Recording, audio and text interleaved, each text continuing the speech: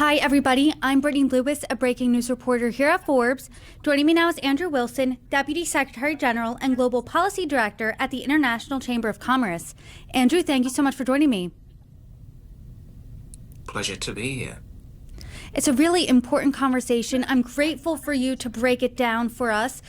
After they were initially paused last month, President Donald Trump's 25% tariffs on goods from Mexico and Canada officially went into effect on Tuesday. An ongoing trade war with China was officially escalated as well, with an additional 10% tariffs slapped on goods from there. What can you tell us about what we're seeing? Break it down. What's your reaction? Well, I mean, it's Oscars week, and I suppose the president and the administration gave us quite a cliffhanger on the tariffs, followed by a dramatic ending last night, this morning. But I think it's a pretty unhappy and unsavory one from a business perspective, and I think it's useful to put this in historical context. If these tariffs remain in place, particularly the ones on Canada and Mexico, it is essentially the biggest effective increase in US tariffs that we've seen since the 1940s. So this is a very historically significant moment, and one that really causes deep concern for the global business community. And I think we've seen some of the initial modeling from Yale University, from the Peterson Institute, from Brookings, that suggests this will be very bad for the US economy, potentially a GDP contraction, a productivity contraction of around 1%, possibly costing US households an average of $2,000, increasing the price of daily staples, automobiles, and other consumer goods. And then you look at the broader contraction that is implied across North America, where you may see a deep recession in both Canada and Mexico, possibly in the region of 5%, which would be more severe than we saw during the global financial crisis. And the totality of that is very concerning. And I think that's before you then get into the potential systemic effects of the sorts of retaliation we're now seeing from Canada, Mexico, China. And if this pattern repeats itself across the global economy, essentially the question is, who is next? Is it the European Union? Is it the UK? Is it other US trading partners? What does that mean for the global economy? And are we headed for a 1930s style all-out trade war, which ultimately fueled a global depression? I think two dates that you said just are alarming. The first being 1930s, as we know, the Great Depression there. Second, the Great Recession of 2008. If you lived through that time, I mean, that was economic hardship for years. So I am curious, when you're looking at that from a historical lens, how close are we to what you described as 1930s trade war territory? Look, one doesn't want to over dramatize the situation. And, we've spoken to many US business leaders over the last 24 hours.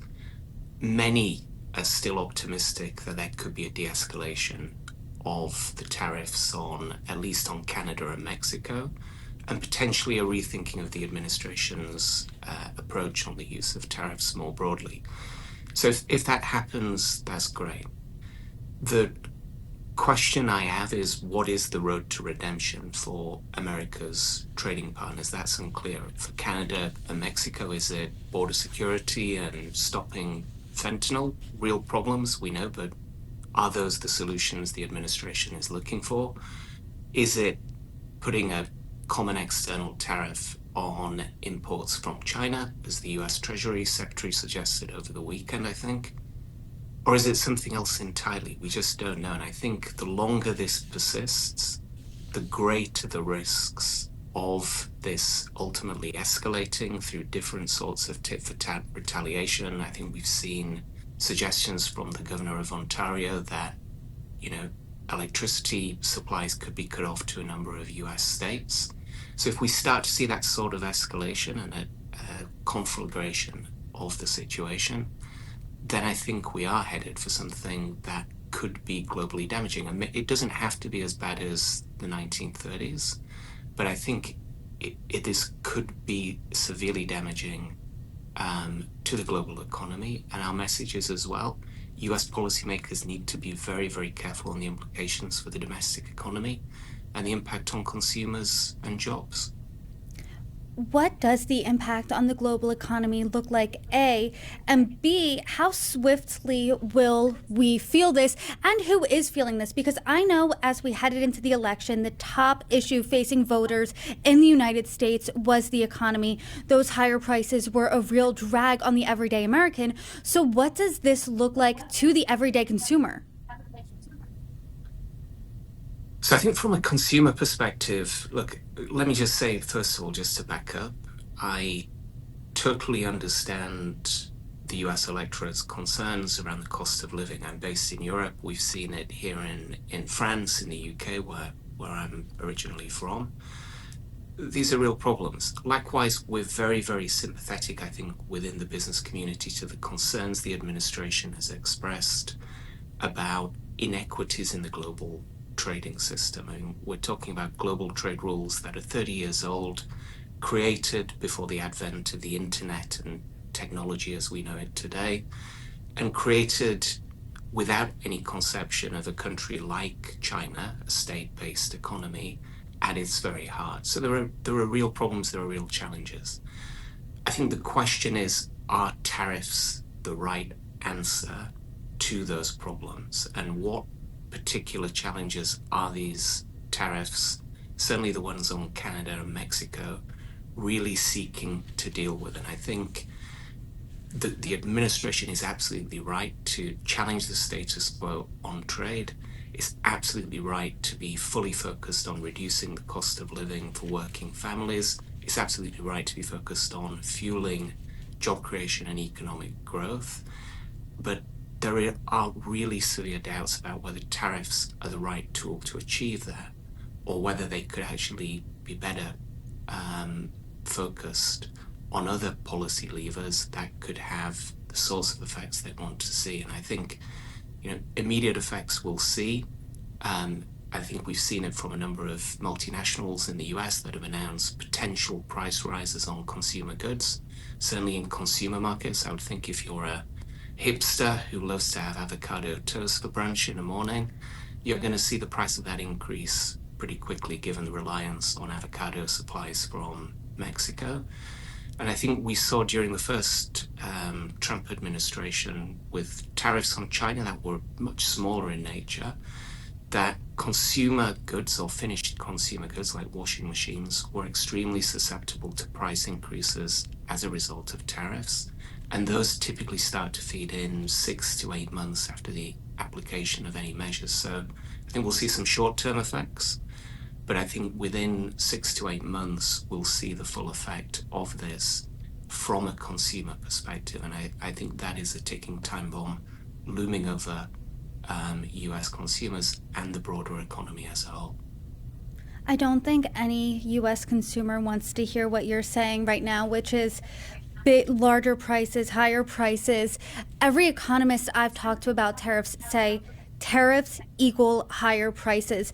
Republicans I've talked to about President Trump's using tariffs as a negotiating tactic said, hey, I don't necessarily agree with tariffs, but I like it as a negotiating tactic. But now it's a step further because it wasn't just a negotiating tactic. Now they are implemented, now they are into effect. And Canada's Prime Minister Justin Trudeau was very quickly to respond with retaliatory tariffs. And Mexican President Claudia Sheinbaum said that she is going to have a response sometime this week. When you're looking at these tit-for-tat trade wars, is anyone a winner? Absolutely not. And I think it's politically understandable and almost inevitable that countries who are targeted with tariffs, particularly punitive tariffs, so when you're talking about 25%,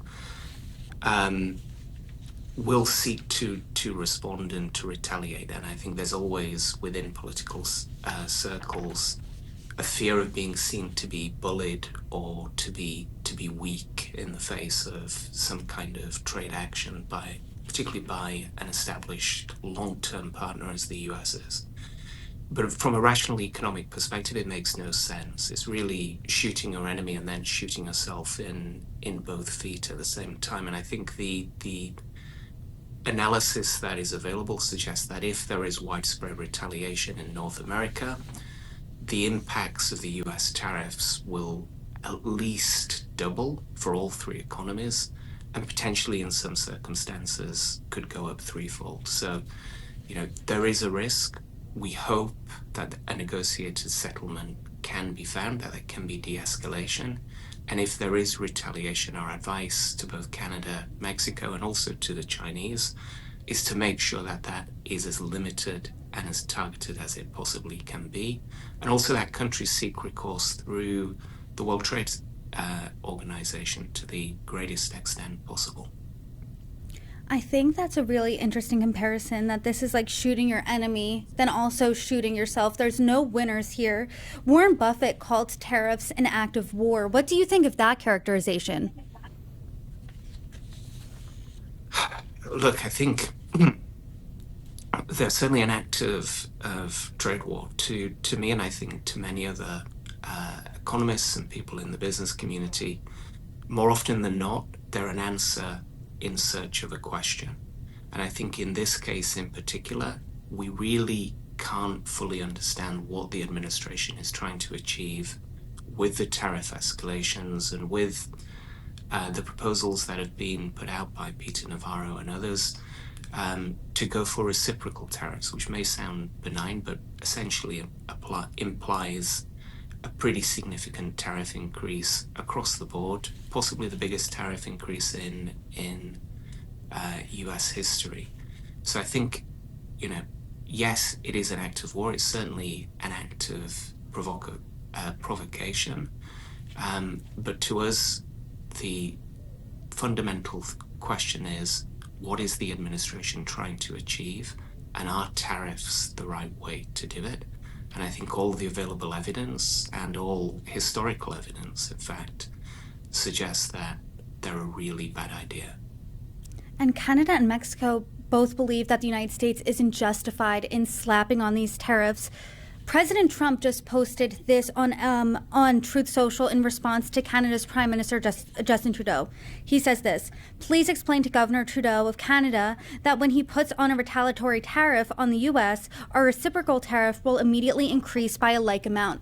So it doesn't seem like de-escalation, according to that post, is on the horizon here.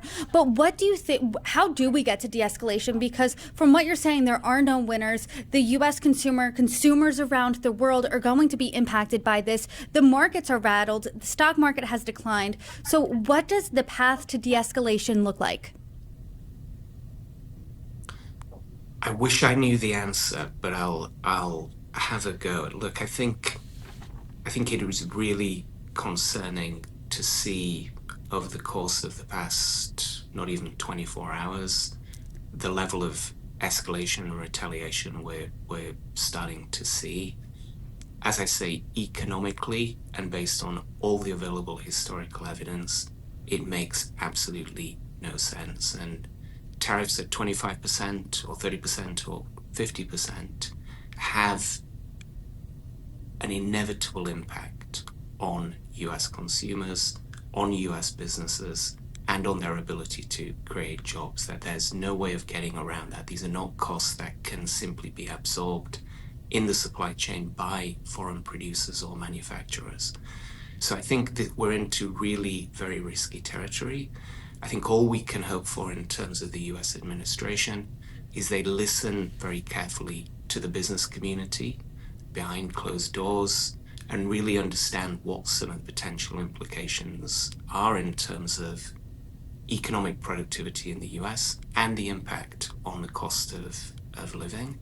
And I think we also need other leaders, including those of Canada and Mexico, who would clearly find themselves in a very difficult political situation, to navigate this like true statesmen, not to simply jump for retaliation and one-upmanship, but really to think through how best they can navigate this, de-escalate, negotiate, and also find global alliances in favor of reducing tariffs or eliminating tariffs, addressing inequities in the global trading system, and really powering economic growth without resort to unnecessary economic coercion. As you mentioned, we are in very risky territory right now. You said, I think the million-dollar question is, how do we get to a path of de-escalation, which we're not sure what that even looks like right now. But my last question to you is, what are you specifically looking out for next?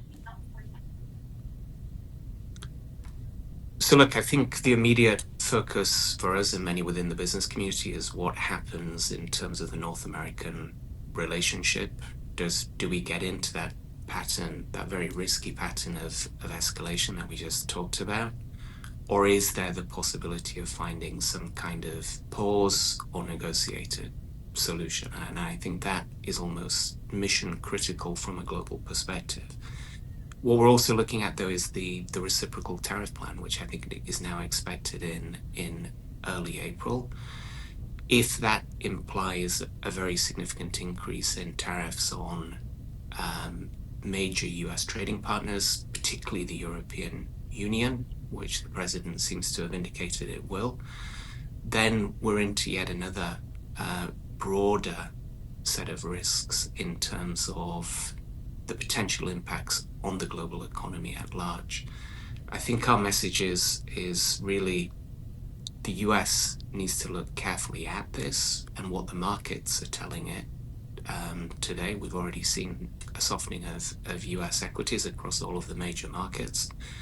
And I think other governments need to think very carefully about how they approach this situation, avoid retaliation to the greatest extent possible, communicate to your electorates that not retaliating is a smart policy, even though it may seem counterintuitive, and find coalitions to actually forge alternative solutions to some of the challenges presented by global trade and globalization today, without having to resort to this damaging transactional tit-for-tat interaction. So we hope that leadership, common sense will prevail, and we hope there's an opportunity in due course for business to have a constructive dialogue with this US administration on how some of the challenges that they very rightly identified and rightly campaigned on can be addressed without a resort to zero-sum tariffs, because if we go in that direction, I fear we all end up losers.